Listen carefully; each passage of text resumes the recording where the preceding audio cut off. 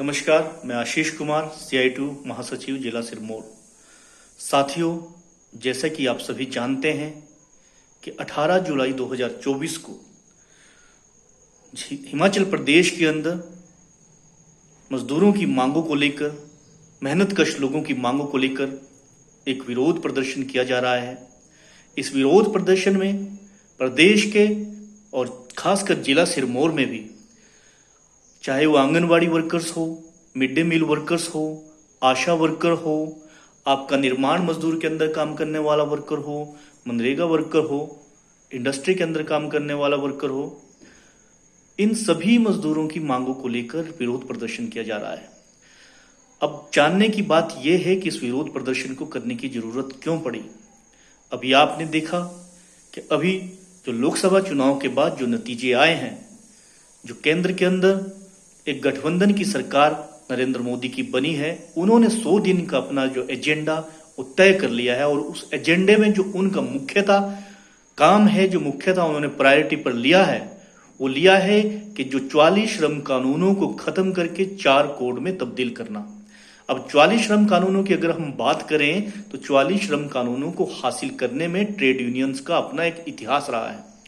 आजादी के आंदोलन से पूर्व लेके और आज तक जो ये 44 श्रम कानून हासिल किए हैं, ये मजदूरों ने आंदोलन के दम पर हासिल किए हैं।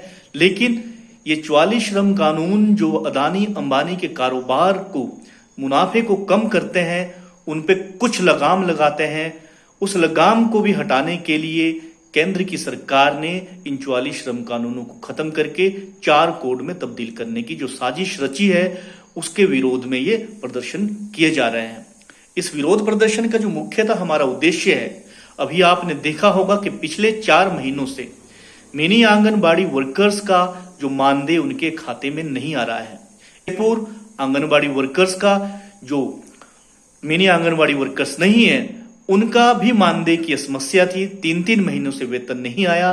जब यूनियन ने प्रदर्शन किया, आंगनबाड़ी वर्कर्स हेल्पर फेडरेशन जो इनकी यूनियन है, CI2 के तहत जो यूनियन है, उन्होंने जब प्रदर्शन किया तो उसके दबाव में आके उनका वेतन आया।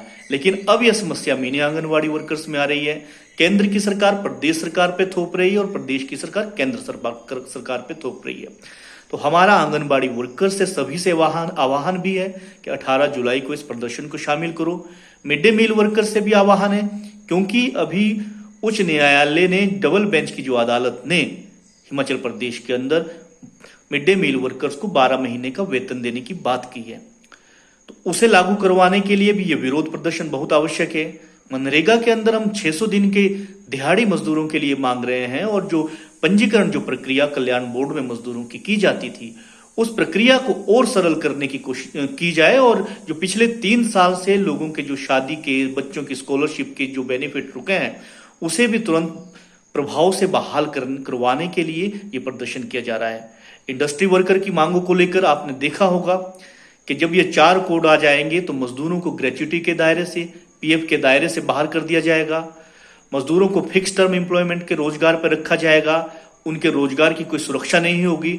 इसीलिए ये काम, ये 18 जुलाई का जो प्रदर्शन है, ये इंडस्ट्री वर्कर के लिए भी उतना ही महत्वपूर्ण है, और ये महत्वपूर्ण है आउटसोर्स वर्कर के लिए। आज आउटसोर्स वर्कर को, पहले ये ठेकेदारी प्रथा पे शुरू हुआ, फिर ये आउटसोर्स वर्कर पे हुआ, अब अप्रेंटिस के ऊपर ये आ गए हैं। तो आउटसोर्स वर्कर की मांगों को लेकर भी ये प्रदर्शन किया जा रहा है। हम मांग कर रहे हैं कि आउटसोर्स वर्कर के लिए पॉलिसी बनाई जाए, उनके नियमितीकरण का कोई रास्ता निकाला जाए। क्योंकि देश के अंदर भी और प्रदेश की अगर हम बात करें तो हिमाचल के अंदर ये 40,000 से ज्यादा आउटसोर्स वर्कर काम कर रहा है, जिनके दम पे आज कोई भी विभाग ऐसा नहीं है जो आउटसोर्स वर्कर के बिना चल सकता है। तो इसीलिए सभी से हमारा निवेदन है, चाहे वो बिजली वर्कर है, 108 वर्कर है, सभी जो भी वर्कर्स 18 जुलाई के इस प्रदर्शन में शामिल हो, ताकि हम अपनी मांगों को मनवा सके। इसमें आंगनबाड़ी वर्कर्स है, मिड डे मील वर्कर्स है, आशा वर्कर्स है, सभी को शामिल होने की जरूरत है। और हम आपसे आह्वान करते हैं कि इस प्रदर्शन में शामिल हो, ताकि प्रदेश की सरकार पे भी और केंद्र की सरकार पे भी दबाव बनाया जा सके। धन्यवाद। आशीष कुमार, महासचिव, CI2 जिला सिरमौर।